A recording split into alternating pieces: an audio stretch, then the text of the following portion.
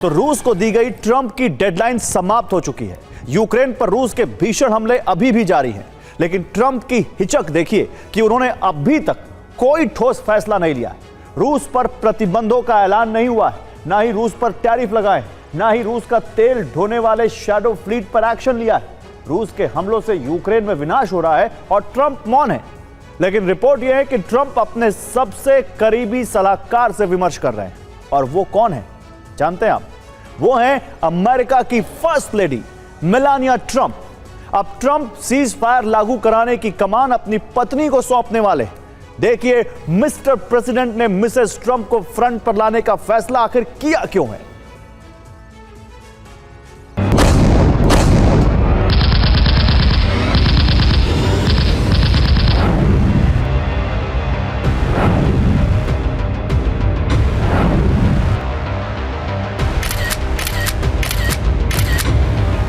Get home, I'd say, First Lady, I had the most wonderful talk with Vladimir.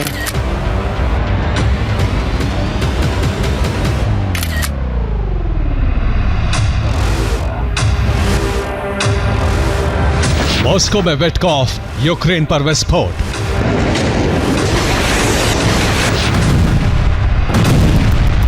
Trump की deadline खत्म, Ukraine भस्म।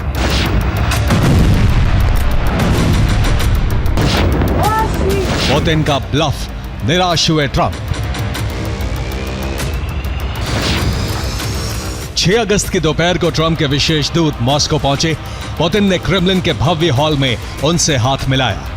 उधर Putin ने Steve Witkoff के साथ बैठक शुरू की और ठीक उसी वक्त रूसी फोर्सेस ने यूक्रेन के शहरों पर बारूद बरसाना शुरू कर दिया।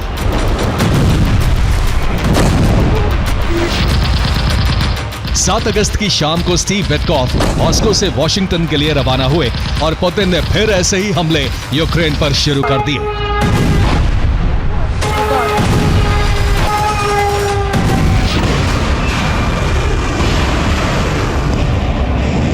यूक्रेन के कई शहरों पर पूरी रात रूस ने बारूद बरसाया है।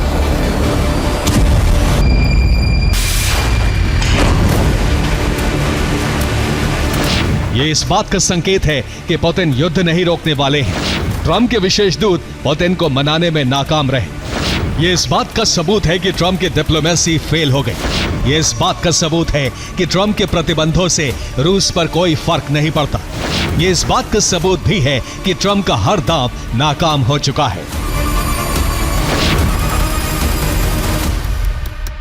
तो अब ट्रंप क्या करेंगे? ट्रंप का अगला प्लान है मेलानिया ट्रंप।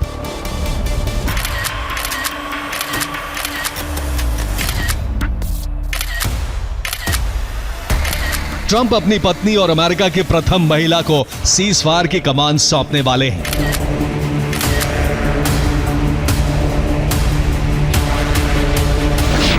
क्योंकि ट्रंप पहले भी इसके संकेत दे चुके हैं। Times I'd get home, I'd say, First Lady, I had the most wonderful talk with Vladimir. I think we're finished. And then I'll turn on the television, or she'll say to me one time, wow, that's strange because they just bombed a nursing home.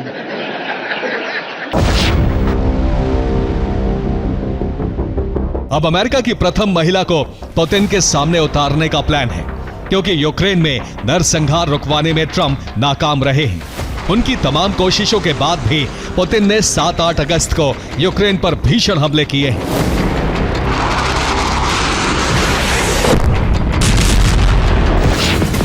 रूस ने राजधानी Kyiv और उसके आसपास के इलाकों पर कई ड्रोन हमले किए हैं। इन हमलों से कीव में कई इमारतें ध्वस्त हो गई हैं। कीव के बाहरी इलाकों में कई जगह आग भड़कने की रिपोर्ट है।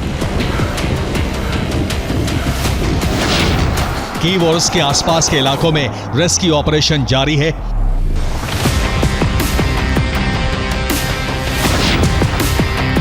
आपको बताते हैं कि रूस ने कहां-कहां हमले किए हैं और इन हमलों को रुकवाने के लिए मेलानिया ट्रंप को डिप्लोमेसी के मोर्चे पर क्यों उतारा जा रहा है।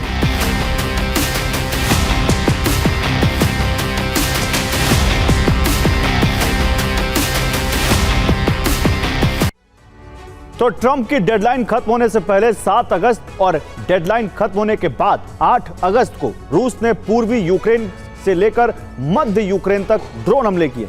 रूसी ड्रोन फोर्सेस ने गिरान और शाहेद ड्रोन का इस्तेमाल किया है। यूक्रेन के Kyiv, Kharkiv, Bucha, Irpin, Hostomel और सुमी पर बड़े हमले किए। बूचा, इरपिन और होस्टोमेल कीव के आसपास वाले शहर हैं। रूस के हमलों से कीव में 3 लोग घायल हुए हैं। पुतिन का यह कदम ट्रंप को सीधी चुनौती है। दुनिया के हर विवाद में सीज फायर का क्रेडिट लेने वाले ट्रंप पुतिन के इस कदम से शर्मिंदा हैं।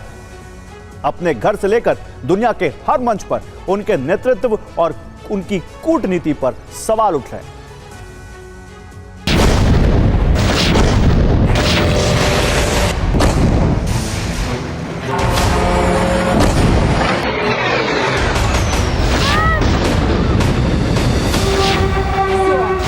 इसीलिए डोनाल्ड ट्रंप ने सीज फायर की कमान अपनी पत्नी मेलानिया ट्रंप को देने का फैसला किया है, क्योंकि मेलानिया पुतिन और ट्रंप की चर्चा पर पहले से संदेह जताती रही हैं।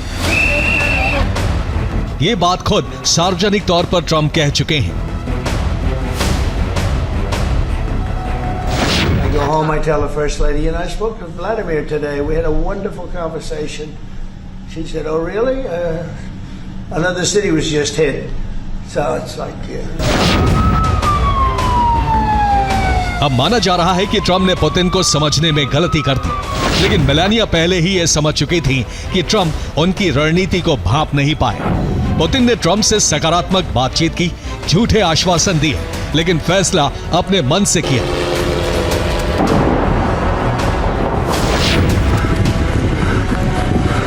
पुतिन के इस फॉर्मूले को मेलानिया ट्रंप बेहतर समझती हैं, क्योंकि मेलानिया मूल रूप से स्लोवेनिया की रहने वाली है। ट्रंप की पत्नी करीब 30 साल स्लोवेनिया में रही हैं। माना जाता है कि मेलानिया की सलाह के बाद ही ट्रंप ने यूक्रेन को हथियार सप्लाई बहाल की थी। इसके साथ ही सीज फायर की डेडलाइन रखने के पीछे भी मेलानिया का दिमाग था। अब तक सिर्फ वार्ता हो रही थी, लेकिन इस डेडलाइन से पहली बार यह साफ हो गया है कि पुतिन केवल झूठा भरोसा दे रहे थे।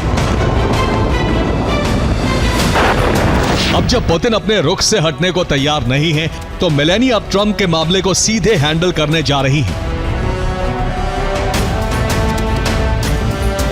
क्योंकि व्हाइट हाउस के अधिकारी ये कहने लगे हैं कि ट्रंप की नीति और नेतृत्व पर पुतिन ने अब तक की सबसे बड़ी चोट की है।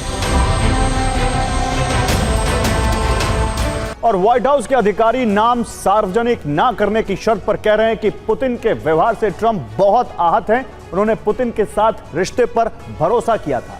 ट्रंप ने सोचा था कि पुतिन आसानी से मान जाएंगे, लेकिन पुतिन ने ट्रंप का फायदा उठाया।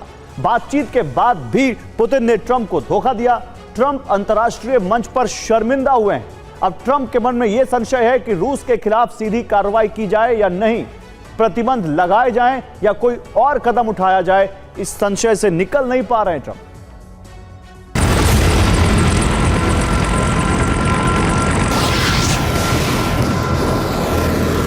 डेडलाइन खत्म हो चुकी है और इसके साथ ही ट्रंप की दबंग और बॉस वाली छवि भी, क्योंकि सत्ता संभालने के बाद ट्रंप ने पूरे यूरोप को अपनी नीतियों के समर्थन में झुका दिया। दुनिया के कई सामरिक विवादों में हुए सीजफायर के श्रेय का मुकुट अपने हाथों पहन लिया, लेकिन जल्दबाजी में यह भूल गए कि रूस में मुकाबला पुतिन से है। इसीलिए अब ट्रंप किसी भी तरह सीजफायर चाहते हैं और पुतिन से हर शर्त पर मिलने को तैयार हैं।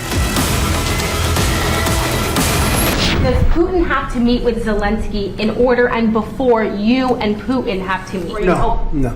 Are you So you're willing to? That's actually important because President Putin said this morning he was pretty dismissive of this idea of meeting with President Zelensky. President Putin was. So for you to meet with him, he doesn't have to agree to meet with Zelensky. Is that what you're saying? No, he doesn't. No. So when do you think that means? They would like to meet with me, and I'll do whatever I can to stop the killing. पहले white house ने कहा था कि Putin Trump की मुलाकात होगी तो Zelensky भी साथ रहेंगे, लेकिन अब ट्रंप इस पर सहमत हैं कि वो अकेले ही पुतिन से मिलने को तैयार हैं। माना जा रहा है कि इसके पीछे भी मेलानिया का दिमाग है, क्योंकि वो चाहती हैं कि किसी भी तरह युद्ध विराम की वार्ता जारी रहे ताकि ट्रंप की छवि को बचाया जा सके।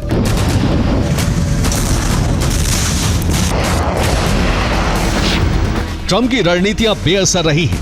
डिप्लोमेसी का नया चरण शुरू होता दिख रहा है, लेकिन सवाल अभी भी बाकी है कि क्या स्लोवेनियाई मूल की मेलानिया पुतिन को युद्ध विराम पर सहमत कर पाएंगी। Bureau report, TV9 Bharatvarsh.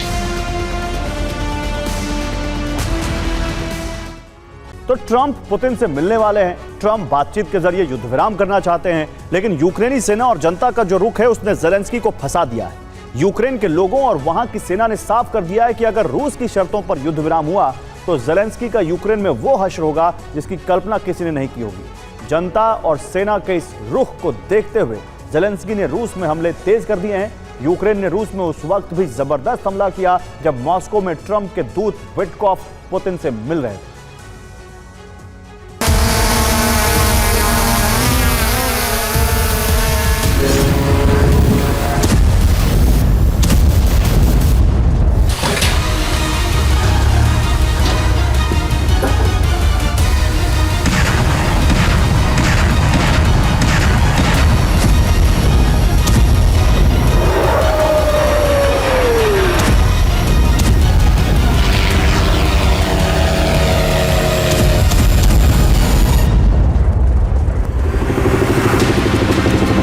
Trump कितनी भी कोशिश क्यों ना कर लें, यूक्रेन युद्ध नहीं रुकने वाला।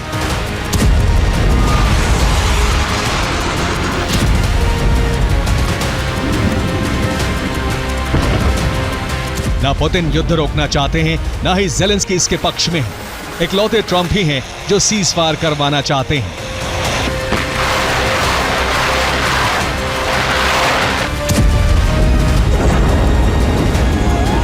यूरोपीय देश, यूक्रेन, यहां तक कि यूक्रेन की जनता भी नहीं चाहती कि युद्ध रुके।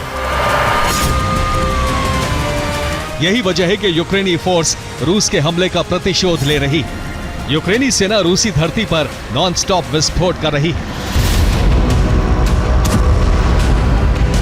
यूरोप यूक्रेन को मदद दे रहा है। इस मदद के दम पर यूक्रेनी फोर्स रूस के ऊर्जा और सैन्य ठिकानों को जला रही है।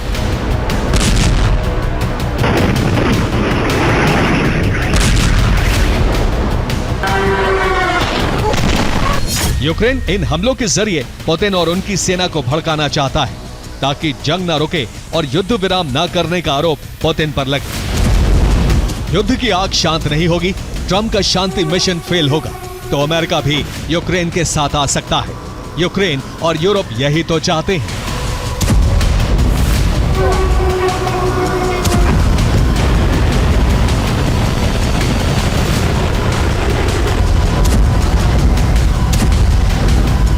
यूक्रेन और यूरोप इसी षड्यंत्र को सफल बनाने में जुटे हैं। इसका सबसे बड़ा सबूत तब मिला जब अमेरिका और रूस के बीच हो रही बातचीत के वक्त ही यूक्रेन ने रूस के कई शहरों को दहला दिया।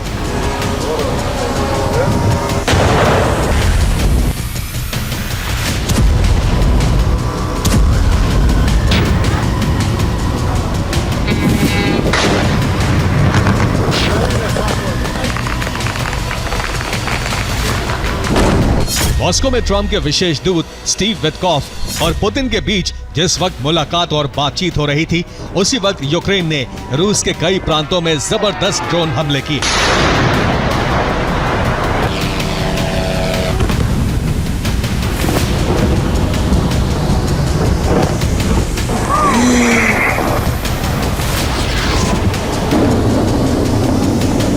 सबसे बड़ा हमला रूस के गर्व के प्रतीक क्रीमिया में किया गया। यहां यूक्रेनी इंटेलिजेंस ने रूस के 3 रडार को तबाह कर दिया। ये तीनों रडार S-400 और S-500 एयर डिफेंस सिस्टम के बताए जा रहे हैं। इतना ही नहीं, यूक्रेन के हमले में रूस की कई लैंडिंग बोट भी तबाह हो गई। रिपोर्ट के मुताबिक यूक्रेन ने क्रीमिया पर अब तक का सबसे बड़ा हमला करने की रणनीति बनाई है। यही वजह है कि वो सबसे पहले क्रीमिया में तैनात रूसी एयर डिफेंस सिस्टम को खत्म कर रहा है ताकि रूस यूक्रेन के हमलों को नाकाम ना कर सके।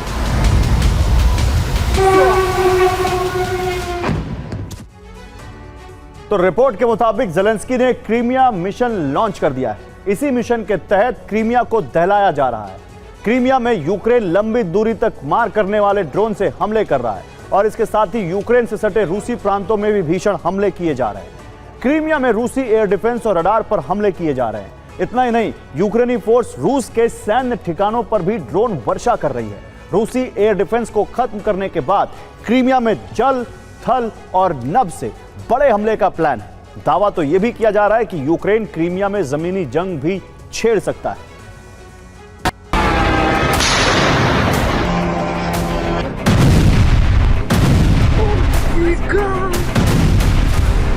यूक्रेन क्रीमिया में हमले कर रूसी एयर डिफेंस को तबाह कर रहा है। माना जा रहा है कि आने वाले दिनों में यूरोप की मदद से यूक्रेन क्रीमिया पर कब्जे का अभियान शुरू कर सकता है।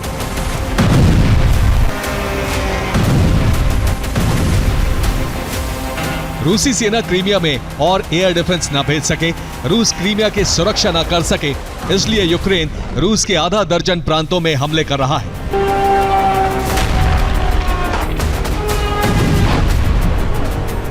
यूक्रेन ने रोस्टोव में रूस के एयरफील्ड के पास कई धमाके किए।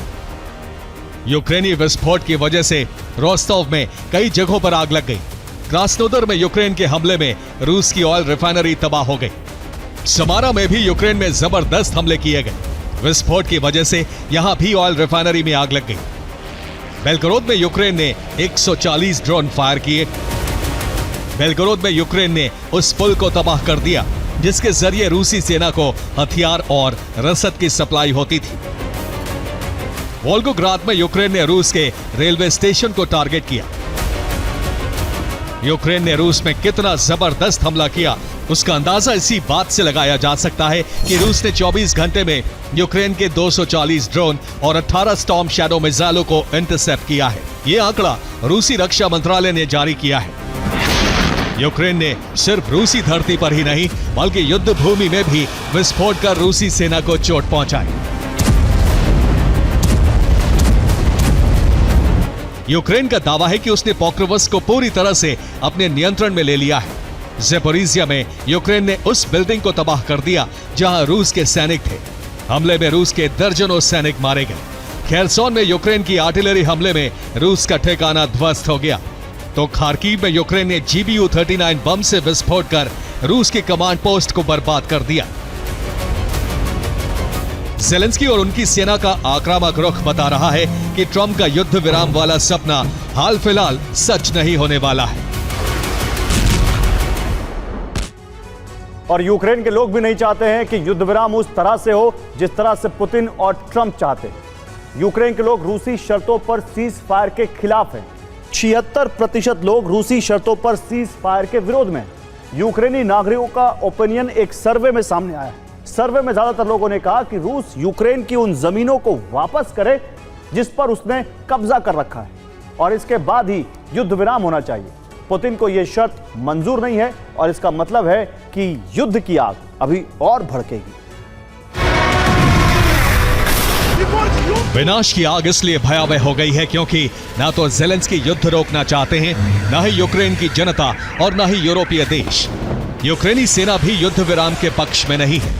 यूक्रेनी सेना अध्यक्ष सिर्स्की ने एक इंटरव्यू में कहा है कि यूक्रेन को तब तक युद्ध विराम नहीं करना चाहिए जब तक कि उसके सारे हित पूरे नहीं हो जाते। तो यूक्रेन से युद्ध का दायरा बढ़ने के आसार हैं क्योंकि पेंटागन को खुफिया इनपुट मिला है जिसके मुताबिक यूक्रेन का सरेंडर कराने के बाद पुतिन रूस का विस्तार करने के लिए आगे बढ़ सकते हैं। अब बाल्टिक देशों में हड़कंप मच गया है। नेटो ने बाल्टिक देशों में बड़ी तैनाती की है जबकि रूस ने बेलारूस में वॉर ड्रिल शुरू कर दी है। नेटो और रूस के आक्रामक तेवर बता रहे हैं कि यूक्रेन के बाद युद्ध का एपिसेंटर बाल्टिक देश या फिर बेलारूस में से एक हो सकता है। नेटो ने कई फ्रंट पर बड़ी तैनाती की है। पहला फ्रंट लिथुआनिया, दूसरा फ्रंट लातविया, तीसरा फ्रंट एस्टोनिया, चौथा फ्रंट फिनलैंड, पांचवा फ्रंट पोलैंड।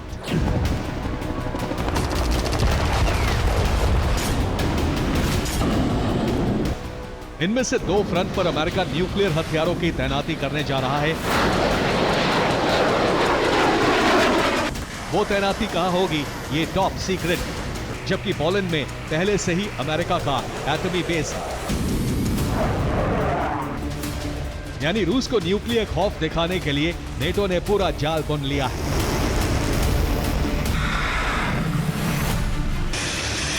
एक तरफ यूक्रेन मोर्चे से रूस पर हमले कराए जा रहे हैं, इसके अलावा नेटो देशों में तैनाती करके रूस पर हमला करने का प्लान है।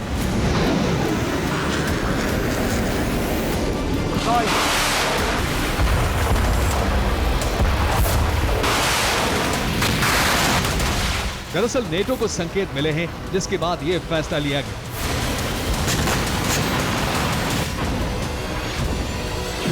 पहला संकेत है बेलारूस में रूस एटमी ड्रिल करने वाला है। दूसरा संकेत है कैलिनिनग्राद में रूस ने बॉम्बर्स वॉर रेडी कर दिए हैं। तीसरा संकेत है रूस ने बाल्टिक देशों का बॉर्डर सील कर दिया है। चौथा संकेत है फिनलैंड बॉर्डर पर रूस ने डिफेंस सिस्टम लगा दिए हैं। पांचवा संकेत है रूस ने बाल्टिक सागर में एटमी सबमरीन पहुंचा दी है।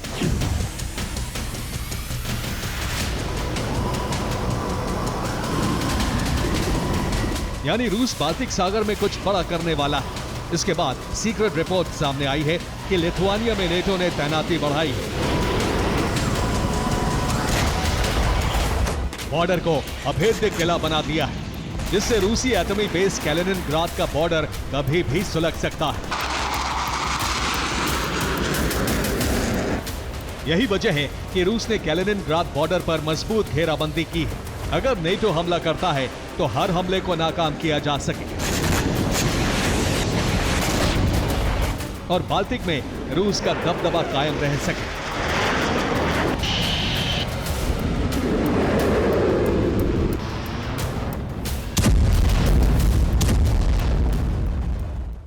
और बाल्टिक के पास रूस का एटमी बेस कैलिनिनग्राद पड़ता है, जिसकी सीमा बाल्टिक देश लिथुआनिया से लगती है। कैलिनिनग्राद लिथुआनिया बॉर्डर करीब 261 किलोमीटर लंबा है, जिस पर रूस ने 5 लेयर का सुरक्षा चक्र तैयार किया है, जिससे अभेद्य किला बन गया है। रूस का एटमी बेस कैलिनिनग्राद पहली लेयर में गहरी खाई है, दूसरी लेयर में लैंड माइन्स बिछाई गई है। अगर दुश्मन टैंक लेकर घुसता है तो उसके टैंक तबाह हो जाएंगे। तीसरी लेयर में टैंक बटालियन लगाई गई है जो वॉर रेडी है, यानी दुश्मन को देखते ही हमला कर दिया जाएगा। चौथी लेयर में एयर डिफेंस सिस्टम की तैनाती की गई है जो मिसाइल अटैक को रोकेगा, जबकि पांचवी लेयर में रूसी सैनिक हैं जो आमने सामने की जंग के लिए तैयार हैं।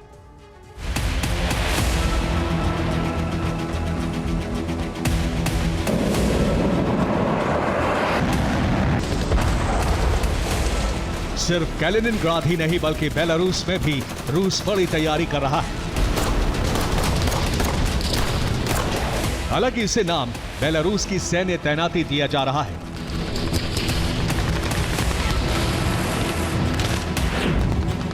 बेलारूस एक महीने में 6 वॉर ड्रिल करने जा रहा है, जिसमें रूसी सैनिक भी शामिल हो रहे हैं। ज़पाद 2025 के नाम से युद्धाभ्यास की शुरुआत की गई है। इसमें बेलारूस और रूस की अलग अलग बटालियन शामिल होंगे, जिससे बेलारूस के अलग अलग हिस्सों में किया जाएगा। लेकिन सबसे ज्यादा war drill Belarus Poland border पर होगी।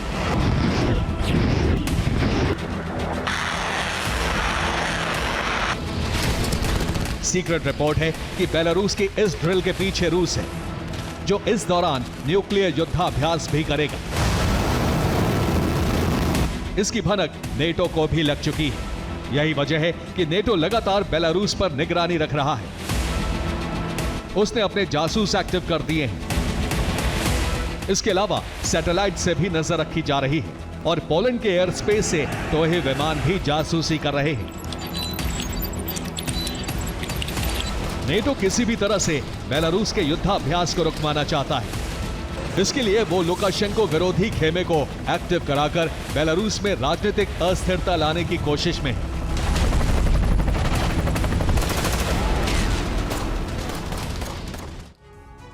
और बेलारूस में वॉर ड्रिल से नेटो में खलबली मच गई। इसके लिए बेलारूस बॉर्डर पर सर्विलांस ड्रोन भेजकर जासूसी कराई जा रही है।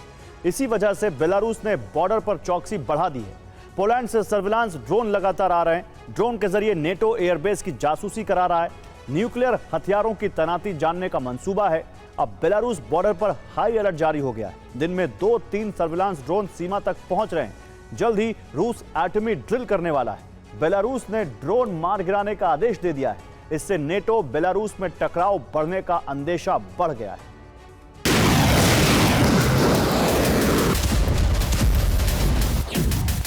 बेलारूस से रूस की 1283 किलोमीटर लंबी सीमा लगती है, जबकि यूक्रेन से 1084 किलोमीटर, इसके अलावा पोलैंड से 398 किलोमीटर की सरहद है और लिथुआनिया के साथ 678 किलोमीटर लंबी सीमा और लातविया के साथ 172 किलोमीटर लंबा बॉर्डर है।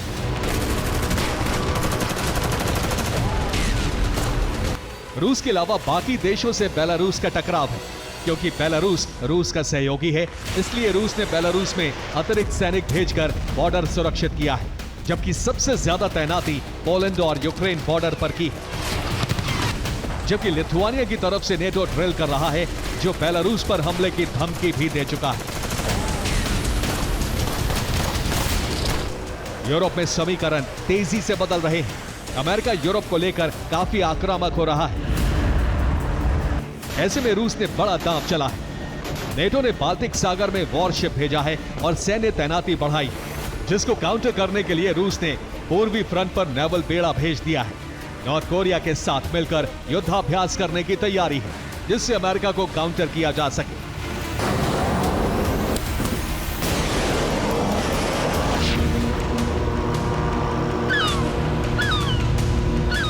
इसी तरह रूस ने पैसिफिक से लेकर आर्कटिक तक भी तैनाती बढ़ाई है। रूस के प्लान के बाद पेंटागन में हड़कंप मच गया है। रूस के साथ बातचीत फेल होने के बाद अब विटकॉफ नेटो और यूरोपीय देशों से बात करने में जुटे हैं, जिससे रूस को बैकफुट पर लाने के लिए नई रणनीति बनाई जा सके।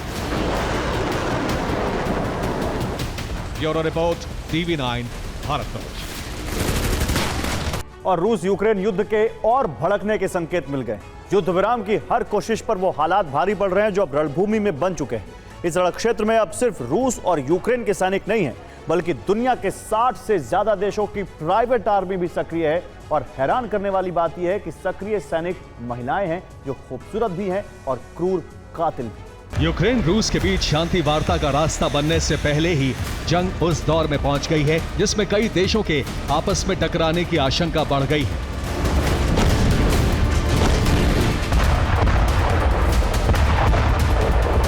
और इसका कारण है lady mercenaries.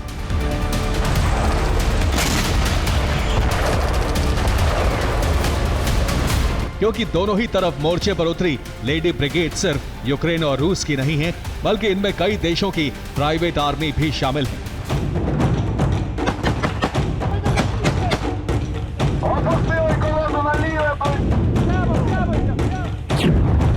Active lady brigade, जंग भड़कने के संकेत।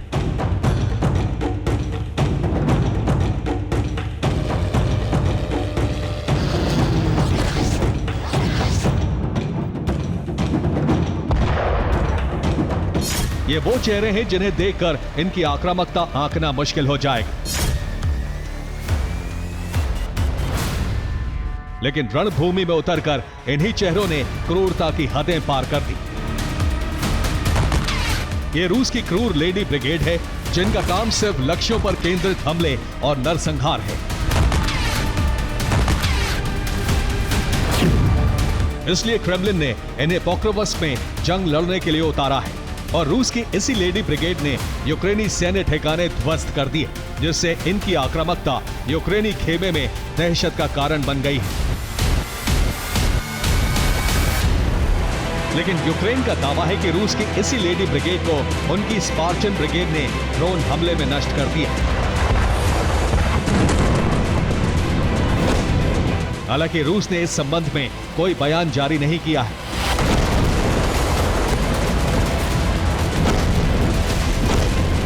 लेकिन इतना तय है कि रूस यूक्रेन युद्ध में ब्यूटी विद फायर का राउंड शुरू हो चुका है,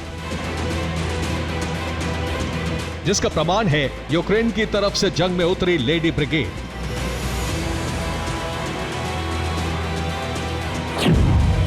यूक्रेन का ध्वज कंधे पर लगाकर जंग में उतरने वाली ये महिलाएं उतनी ही क्रूर हैं जितनी रूस की हैं। लेकिन हैरानी की बात यह है कि इनमें से ज्यादातर यूक्रेन के निवासी नहीं हैं, बल्कि यहां 60 से ज्यादा देशों की महिला सैन्य कर्मी शामिल हैं। इनमें 40% सैनिक लैटिन अमेरिकी देशों के हैं। ये तो यूक्रेन की तरफ से उतरे उन सैनिकों की सच्चाई है जिन्हें प्राइवेट आर्मी के तौर पर भुगतान किया जा रहा है।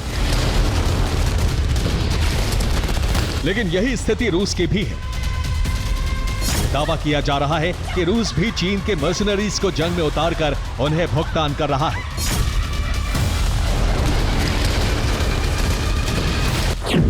रूस की तरफ से जंग में उतरी महिला मर्सनरीज को पूर्वी और उत्तरी यूक्रेन में तैनात किया गया है। इन्हें पोक्रोवस्क और चासिव यार में मोर्चा संभालने की जिम्मेदारी दी गई है। इस जिम्मेदारी के तहत महिला मर्सनरीज को पूर्वी शहर पर कब्जा करना है और उत्तर की कठिन लड़ाई में यूक्रेन के लिए मुसीबत बढ़ानी है। दोनों तरफ से जंग में उतरी ये महिला मर्सनरीज अब इस युद्ध को और ज्यादा भड़का रही हैं और आशंका है कि लेडी ब्रिगेड इस जंग को विश्व युद्ध के मुहाने तक पहुंचा सकती है, जिसका प्रमाण है वियतनाम की लेडी मर्सनरीज की गिरफ्तारी।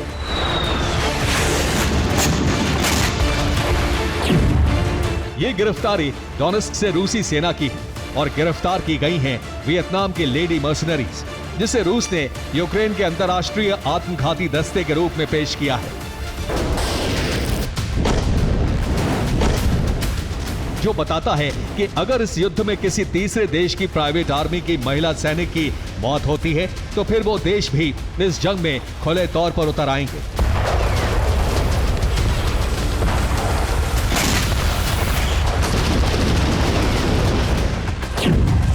जिनमें ब्राजील, चिली से लेकर अफ्रीका, ऑस्ट्रेलिया, वियतनाम और चीन प्रमुख होंगे।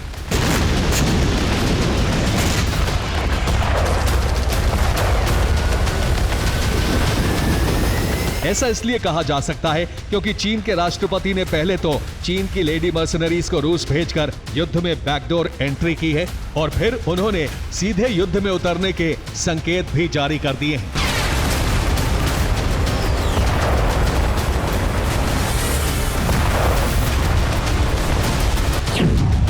उनके मुताबिक ट्रंप के दबाव में रूस को झुकना नहीं चाहिए। हम यूक्रेन में शांति स्थापना बर्दाश्त नहीं करेंगे। इस बयान का सीधा मतलब है कि जिनपिंग रूस के साथ मिलकर जंग के मोर्चे पर डायरेक्ट एंट्री के लिए तैयार है।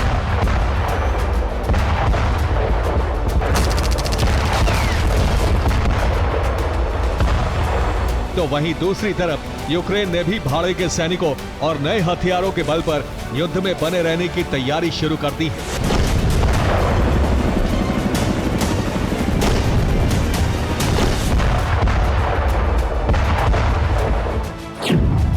जिसका प्रमाण है यूक्रेन का एक नया ड्रोन इंटरसेप्टर, जिसका नाम यूक्रेन ने बैगनेट दिया है और दावा है कि यह रूस के शाहिद और गेरबेरा ड्रोन को रोकने में सक्षम है। लेकिन सवाल यह है कि जब कई देशों की लेडी मर्सनरीज जंग में उतर गई हैं, तो युद्ध की दिशा अब क्या होगी? क्या ड्रोन ही जंग में मुख्य भूमिका निभाएंगे या फिर जमीनी जंग में खूबसूरत चेहरे क्रूरता दिखाएंगे?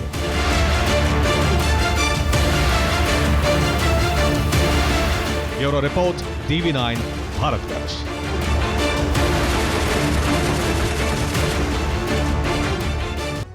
और मध्य पूर्व में एक बार फिर से समीकरण बदल रहे हैं। अरब धधकने को तैयार है। लेबनान में गृह युद्ध के आसार बढ़ गए हैं और इसके पीछे ट्रंप का एक बड़ा फैसला है, जिसने अरब में महाविनाश की आधारशिला रखी है।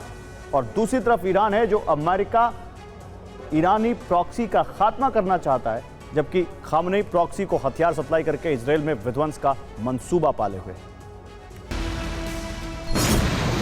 एक बार फिर मध्य पूर्व सुलगने लगा है।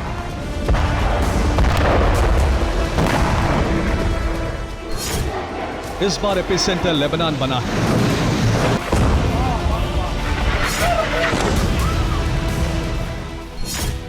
अमेरिका अरब में एक बार फिर से सक्रिय हो गया है।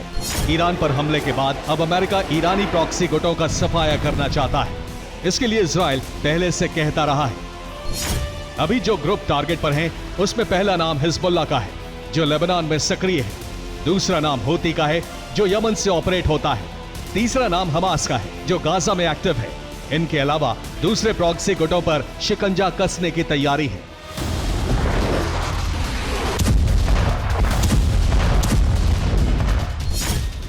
अमेरिकी प्रेसिडेंट ने लेबनान सरकार पर दबाव बनाया, जिसके बाद लेबनान सरकार ने हिजबुल्लाह को हथियार विहीन करने का कानून पास कर दिया।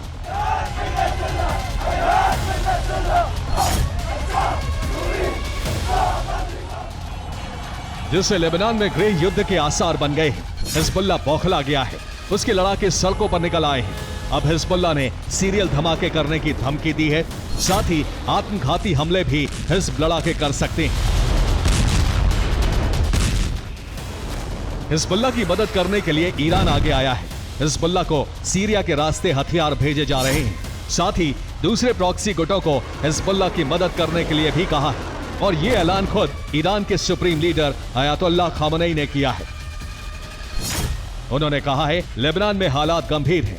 हिजबुल्लाह पर प्रतिबंध लगाना एक पाप की तरह है। जो लोग इसके पीछे हैं, ईरान उन्हें फांसी की सजा देगा। हम हर परिस्थिति के लिए तैयार हैं।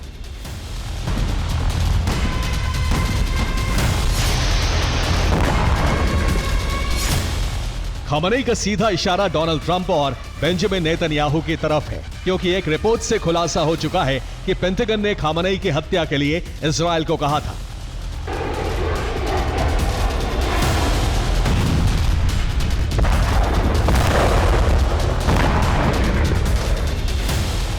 बारह दिन के युद्ध के दौरान खामनेई और 200 मौलानाओं की काउंसिल ने ट्रंप को सजाए मौत देने के फरमान पर मोहर लगाई थी।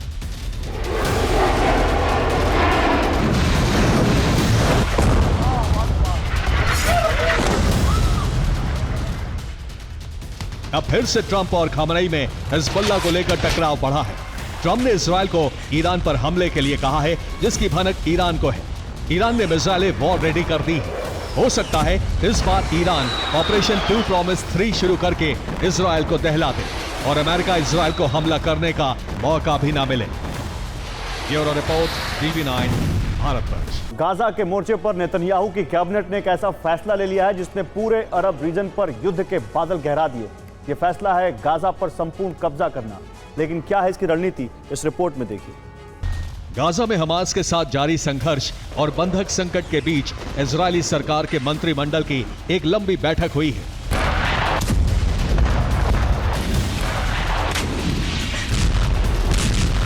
और इसी बैठक में गाजा में हमास के खिलाफ अभियान को गति देने पर ऐसी सहमति बनी है जिसका विस्तार अरब क्षेत्र को जंग में झुलसा सकता है।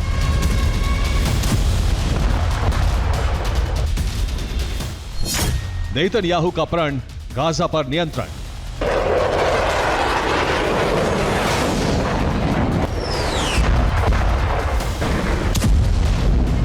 आपने बिल्कुल सही सुना, फैसला यही हुआ है। अब ना तो कोई बात होगी, ना ही कोई समझौता होगा। इजरायली सेना का बारूदी मिशन तब तक जारी रहेगा जब तक गाजा पूरी तरह से नियंत्रण में नहीं आ जाता। लेकिन क्या इस प्लान को अरब रीजन के देश कामयाब होने देंगे? सवाल इसलिए क्योंकि गाजा पर इस समय मानवाधिकार के समर्थकों की नजर है। फिलिस्तीन समर्थक देश भी नेतन्याहू के फैसले के विरोध में हैं। और इससे भी अहम बात यह है कि अब जंग की आशंका से पूरा अरब रीजन घिर गया है। हालांकि नेतन्याहू ने गाजा पर कब्जे का अभियान जिस रणनीतिक पहल के साथ शुरू किया है, वो उन्हें कूटनीतिक बढ़त भी दिला सकता है।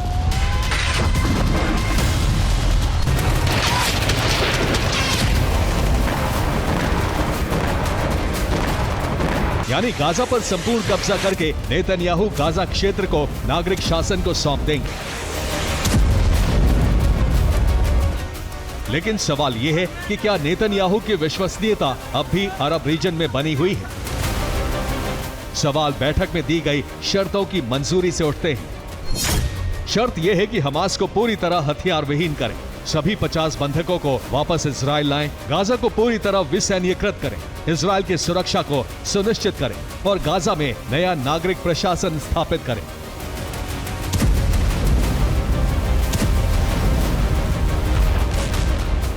इसी फैसले के बाद गाजा में सबसे बड़ी हलचल महसूस की गई, जिसमें पहले तो गाजा का घेराव किया गया, निवासियों को दक्षिण की ओर भेजा गया और अब हमास के गढ़ को टारगेट कर लिया गया है, जिसमें शरणार्थी शिविर भी शामिल है। और ये तब हुआ है जब आईडीएफ के प्रमुख ने खुद गाजा पर संपूर्ण कब्जे का विरोध किया है। लेकिन सरकार का फैसला मानना मजबूरी है, इसलिए पहली कार्रवाई बेथ हनोन में की गई, जिसमें हमास की बटालियन को नष्ट कर दिया गया और इसी कार्रवाई ने मानवाधिकार समर्थकों को सक्रिय कर दिया। यही नहीं, फिलिस्तीन और हमास के समर्थकों ने भी मोर्चा खोल दिया। ईरान ने आईओसी की आपातकालीन बैठक का आह्वान किया है। इस बैठक को मानवीय संकट विषय पर बुलाने का आग्रह किया है। ईरान के विदेश मंत्री अब्बास अरागची ने पत्र लिखकर कहा है कि गाजा में चल रही मानवीय आपदा की जांच अब जरूरी हो गई है। इजराइल फिलिस्तीन क्षेत्र में नरसंहार कर स्थायी कब्जे की मंशा से आगे बढ़ रहा है और इसी आह्वान ने अब अरब रीजन को युद्ध के मुहाने पर खड़ा कर दिया है। Bureau report, TV9 Bharatvarsh. और ट्रंप के फैसले दुनिया को हैरान करने वाले होते हैं। अब ऐसा ही फैसला वेनेजुएला के राष्ट्रपति पर लिया है। मादुरो के सिर पर ट्रंप ने $50 मिलियन का इनाम घोषित कर दिया। अपने फैसले को जायज ठहराने के लिए वो किसी भी तरह के तर्क दे सकते हैं। इस फैसले पर तर्क यह है कि मादुरो ड्रग माफिया है। एक देश का राष्ट्रपति ड्रग कार्टेल चला रहा है। ये अमेरिका की अटॉर्नी जनरल पैम बॉन्डी हैं और इन्होंने ट्रंप के आदेश पर वेनेजुएला के राष्ट्रपति निकोलस मादुरो के सिर पर इनाम घोषित कर दिया है। इनाम की रकम 438 करोड़ रुपए है। अमेरिका मादुरो को गिरफ्तार करना चाहता है। मादुरो को यूएस लाकर उन पर हथियार और ड्रग तस्करी का मुकदमा चलाना चाहता है। मादुरो की गिरफ्तारी में सहायक बनने वाली जानकारी देने वाले को यह रकम दी जाएगी। निकोलस मादुरो अप्रैल 2013 से वेनेजुएला के राष्ट्रपति हैं और अमेरिका पुतिन की तरह उनको भी तानाशाह कहता है। इस फैसले के पीछे तर्क यह है कि DEA यानी ड्रग एनफोर्समेंट एडमिनिस्ट्रेशन ने 30 टन कोकेन जब्त किया है। यह कोकेन वेनेजुएला से अमेरिका आया था। इसमें 7 टन कोकेन मादुरो के निजी ड्रग कार्टेल का बताया गया है। 62 साल के मादुरो पर 2020 में न्यूयॉर्क की अदालत में एक मुकदमा चला और उन्हें ड्रग स्मगलिंग की सूची में आरोपी बनाया गया। इसके बाद अमेरिका ने मादुरो के खिलाफ कार्रवाई तेज कर दी। अमेरिका में निकोलस मादुरो की $700 मिलियन की संपत्ति जब्त कर ली गई। मादुरो अमेरिका विरोधी खेमे के नेता हैं और अमेरिका उन्हें शिकंजे में कसना चाहता है।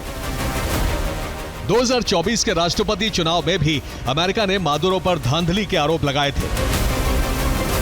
वेनेजुएला राष्ट्रपति चुनाव की मतगणना में अमेरिका ने मादुरो पर वोटों की सही गणना का रिकॉर्ड छिपाने का आरोप लगाया। यह अलग बात है कि बिना चुनाव के बाइडेन और ट्रंप सरकार ने अल शरा को सीरिया का राष्ट्रपति मान लिया। अल शरा HTS मिलिटेंट गुट के प्रमुख थे। इन्होंने बशर अल असद सरकार के खिलाफ विद्रोह शुरू किया। अल शरा की जंग में 1500 से ज्यादा लोग मारे गए। इसके बाद अल शरा ने सीरिया की सत्ता पर कब्जा कर लिया। अमेरिका ने अल शरा के सिर पर $10 मिलियन का इनाम रखा था, लेकिन सीरिया की सत्ता में आते ही उसे हटा लिया गया, क्योंकि अल शरा का सत्ता में आना अमेरिका के हित में था और मादुरो का सत्ता में रहना अमेरिका के हित में नहीं। इसीलिए मादुरो के सिर पर इनाम बढ़ाकर $50 मिलियन हो चुका है। Bureau report, TV9 Bharatvarsh.